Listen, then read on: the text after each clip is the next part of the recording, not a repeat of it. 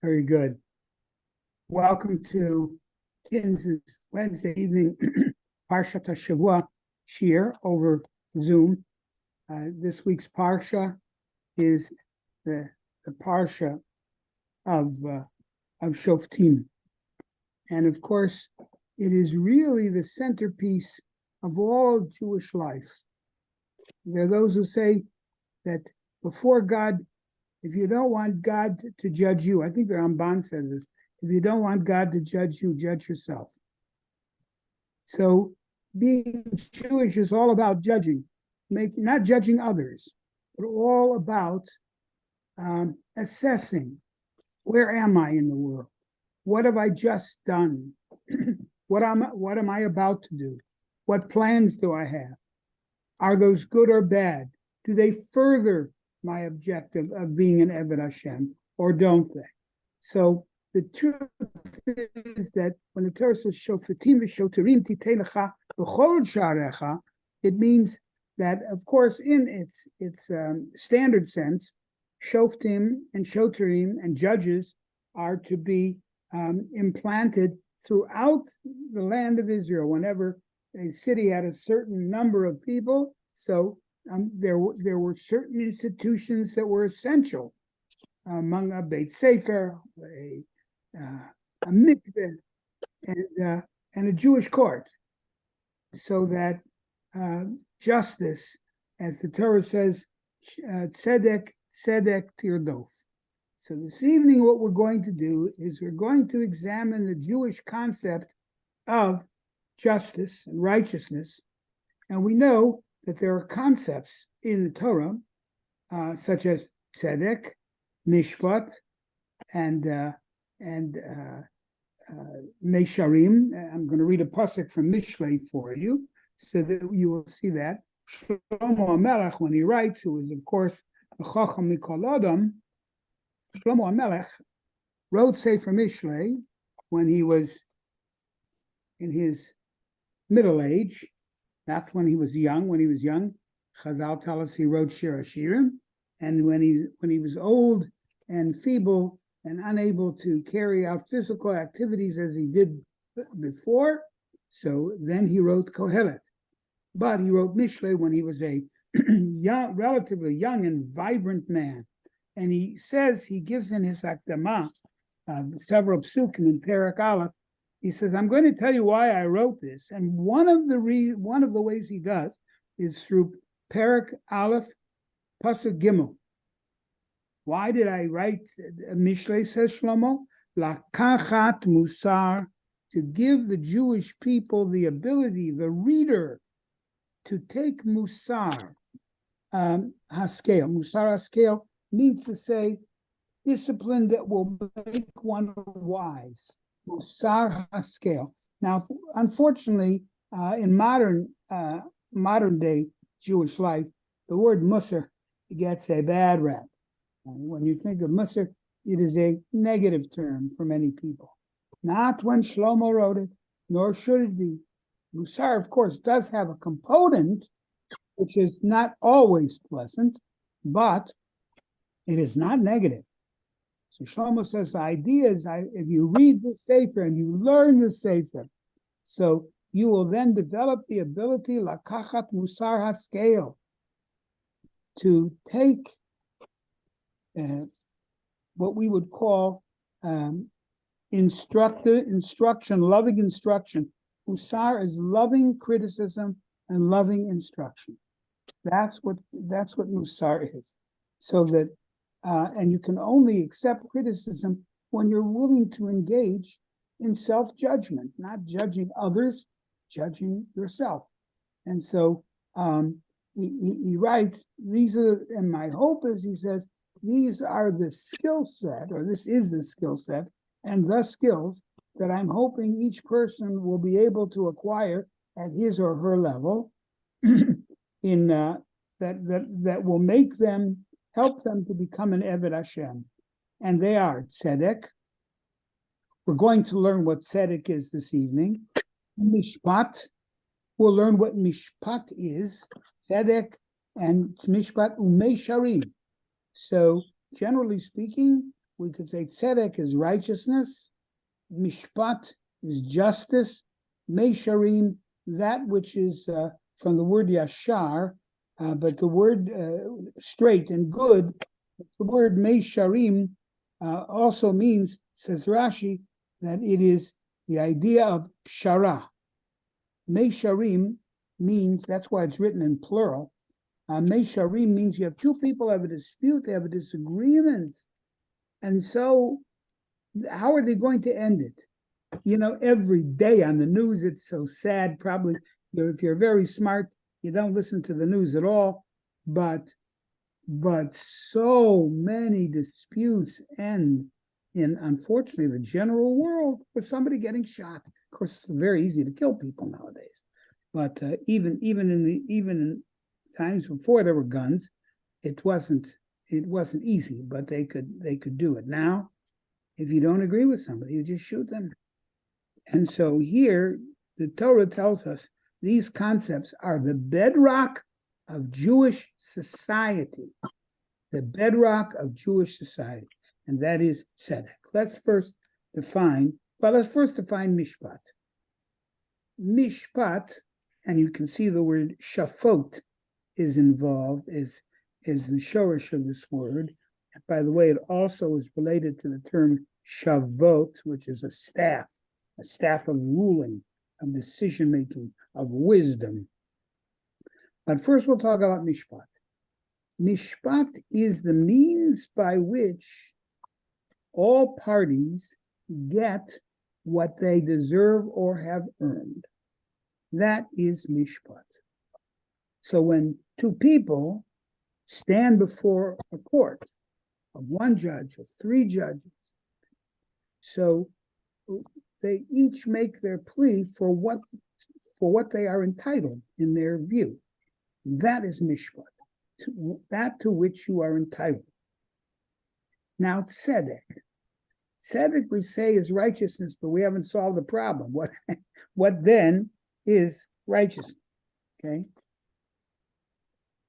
I try to usually explain what righteousness means as follows. First of all, it's interesting that the Malbim tells us that this shorish itself, tzedek, is not shall we say, the unbending aspect that you have of mishpat. Unbending, this is it. The court knows, and the Torah tells us, throughout, a judge is not allowed to have compassion upon a person who stole, even if they're poor and the person stole from a rich person. You can't pervert the decision of the court. Every judge is responsible to try his very best to rectify the situation outside of the four walls of the court. To know that this person had a very difficult upbringing, or who stole, or that he hasn't got a job, he has to feed his family. There's all kinds of elements that have to be taken into consideration. But one thing that cannot be done in terms of justice is to say that a guilty man is innocent and an innocent man or the victim is somehow the perpetrator. No, that we're not allowed to do. But we are allowed and even obligated to do our best to pursue this. Now, tzedek, I'm going to give you an example of tzedek. Tzedek has multiple meanings, first of all. Any meaning that we will give to tzedek will not fit every pasuk. Doesn't have to. But tzedek has come to be over the course of Jewish history. The willingness to, as the Malbim says, tzadek, the willingness to forego that to which you are entitled. The willingness to forego that to which you are entitled. Vater. Okay, so by the way, it's Rosh Chodesh Elul. Oh, what a wonderful time to begin studying the idea of justice and righteousness and tzedek, etc. All of that is beautiful. So the willingness to forego. And what does it mean to forego? Not to claim all of your rights all of the time. Very important concept. And again, not to claim rights doesn't mean that you're saying the other person is correct. It means that I don't have to claim all my rights all the time. Let me give you an example. In marriage, for example, we know in marriage, what is marriage? Marriage, by definition, is a compromise of rights. That's really what it is. Two people, one person has been living her life the way she wants, always honest, always good. If she wants to buy a dress or a sefer or a car, if she's old enough, she may want to consult with somebody, but she doesn't have to ask permission. Young man, he's on his own, and he decides that that night after work he's going to go to a ball game. He doesn't have to ask permission unless it's from some people that he owes that time for. That's it. So when people are single, they make decisions on their own, and they can say to themselves, look, I have a right to a night out tonight. I have a right to buy this dress. I have a right to purchase this car. And I don't have to account to somebody for it. Unless you owe money. All right, that's somebody else. Maybe you owe somebody else money, so you have to do it. But otherwise, no. So, what is marriage, though? Marriage means, by definition, that I'm not going to claim all of my rights all the time. That's what marriage is. That's the concept of vitur, livater, to forego something you might normally have a right. So the same young man who decided the week before he's going to go to the ball game because he's been working very hard and he owes it to himself, cannot decide on his own, I'm not going to come home tonight till 11 o'clock because I owe it to myself to have a break. Why? Because he's no longer a separate individual. He is a person whose destiny is tied to someone else. She, of course, has that same obligation. So that's the idea of livater. You don't claim all of your rights all the time. And when you do that, that's really where you have the happiest of relationships between people, whether it's marriage or anything else. So we should know. Can I Does someone have a question? What Okay. is this? So Yeah. now said that, Marriage is older. let's say there is a sale. Forget the marriage part right now. Let's say there's a sale, whether it's of suits or of clothing, some piece of clothing that's on sale. Normally it's $100 on sale for $25. Good stuff. Two people go to the sale. One person, wealthy, fine, doesn't have to worry about anything, not necessarily the richest person in the world, but can take care of all of his. When I say his, I mean hers as well, whatever it may, his or her needs. And they get there to work, and you can get it for $25 or 25% of what it normally would cost. First come, first serve. So there you are, and you're there early, and boom, you see exactly the clothing, that article of clothing that you've been looking for. So you're ready to go get it, and you're first. Right behind you, there's a person who just lost her or his job. They really need that discount of 75% and also the clothing is such that it gives them dignity. And they're all they wanted, but you're first. Now, you have every right to pick that garment up. Every right. When you get to Shemayim, nobody's going to say to you, how dare you do that? Because that's how the world works. There are rights. People have rights. And in your case, you got there early. The person right behind you was a minute behind. but you know what this piece of clothing, what this article will do for that person. So what do? You step aside. And don't do it by, you have to do it, shall we say, in a gracious manner, and you allow that person to get that piece of clothing. You have a right to it, of course you do. But that's levater. That's what it means to forego something. That's tzedek. Mishpat is yours. Tzedek, it's not hers or his, but tzedek is that you have decided that you're going to do either a pshara or levater.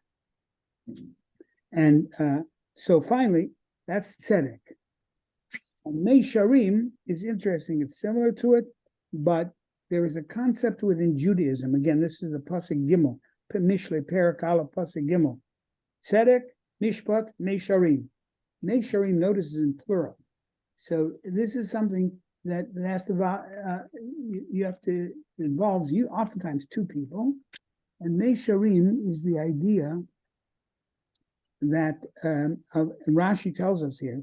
It is hapshara, derech, chelek, umishor. It is shaveh lozeh velozeh. The idea of as some say, lifnim mushurat hadin. You don't. You look at the law, and you can't just decide, well, I will do this or won't. It has to be done with a halachic principle behind it. But the idea is That's getting from. Mishurat Come here, Howard. Ifnim Mishurat Adin means that This one's a little bit, I understand it definitely, you were, yes, you have numbers. But this one is blood, it's also from last year. I'm going to ask, it might be you need to, Those are just used. it might be that you need This to mute. yeah. People, please make sure you're muted.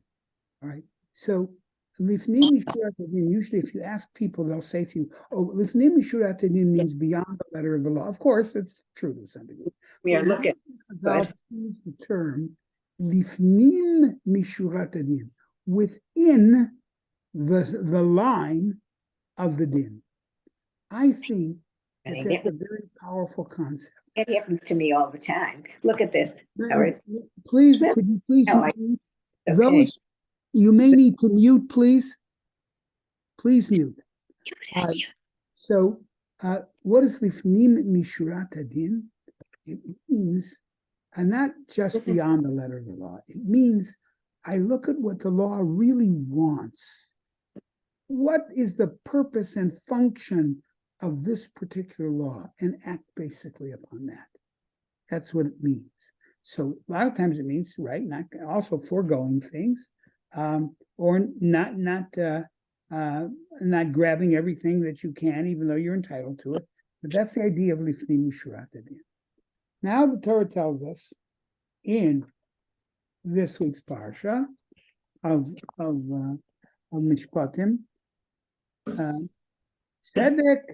First of all, we're to establish courts in every city, as we mentioned before, and the Torah talks to judges. When it talks to judges, it says, "Lo tikach shochad," you may not take a bribe.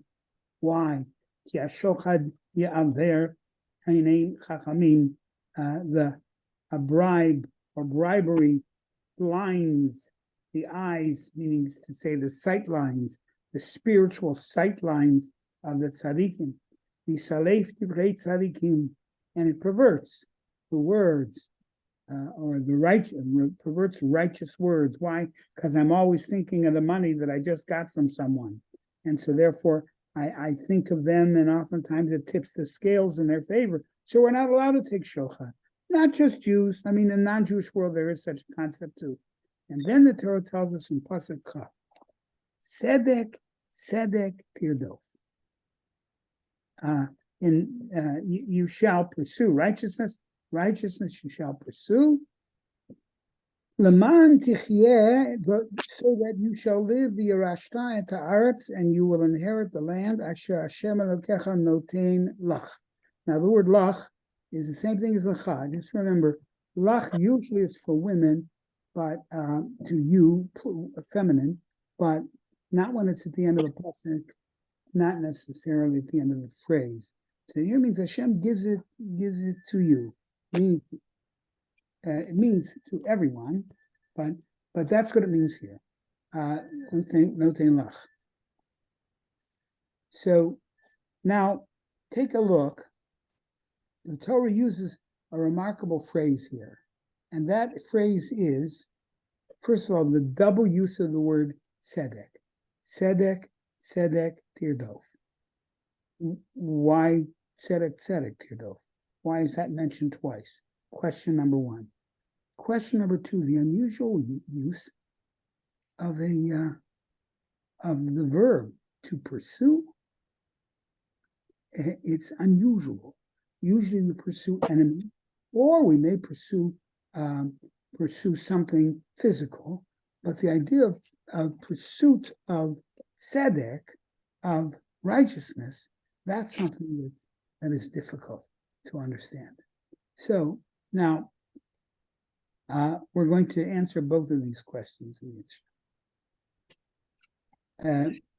First of all, the double use of the word tzedek. Now, so when we see the double use of a word, oftentimes in Chumash, it literally means it literally means emphasis. Tzedek, tzedek, right? Do it. Make sure you do it.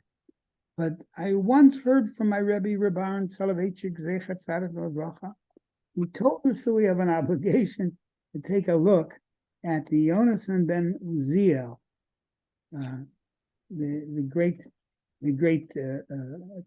Targum Yonasan ben Uziel, and he wrote as follows: Din kshot din shlam bikosht, complete and perfect justice. In other words, both of them in truth. Tehei, it must be done through truth. That justice must be done and accomplished through truth, which means to say that you have a situation where the Torah says that the ends generally do not justify the means, or the means do not. The ends do not justify the means. That you can't say, well, I have a very high goal, so I'll lie. A very high objective, so I will shortchange this person, because after all, the show needs the money, and so he thought he was giving me $50, and it's really by accident he gave me $100.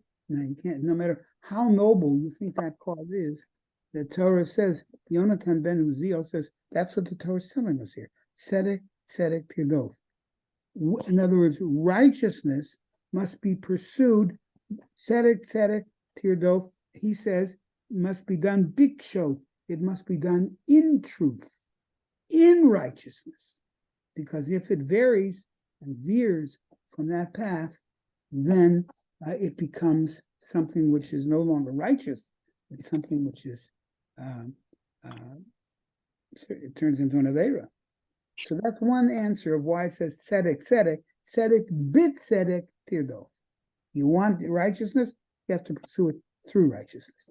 The second answer is, the second question is, what about the term tirdof?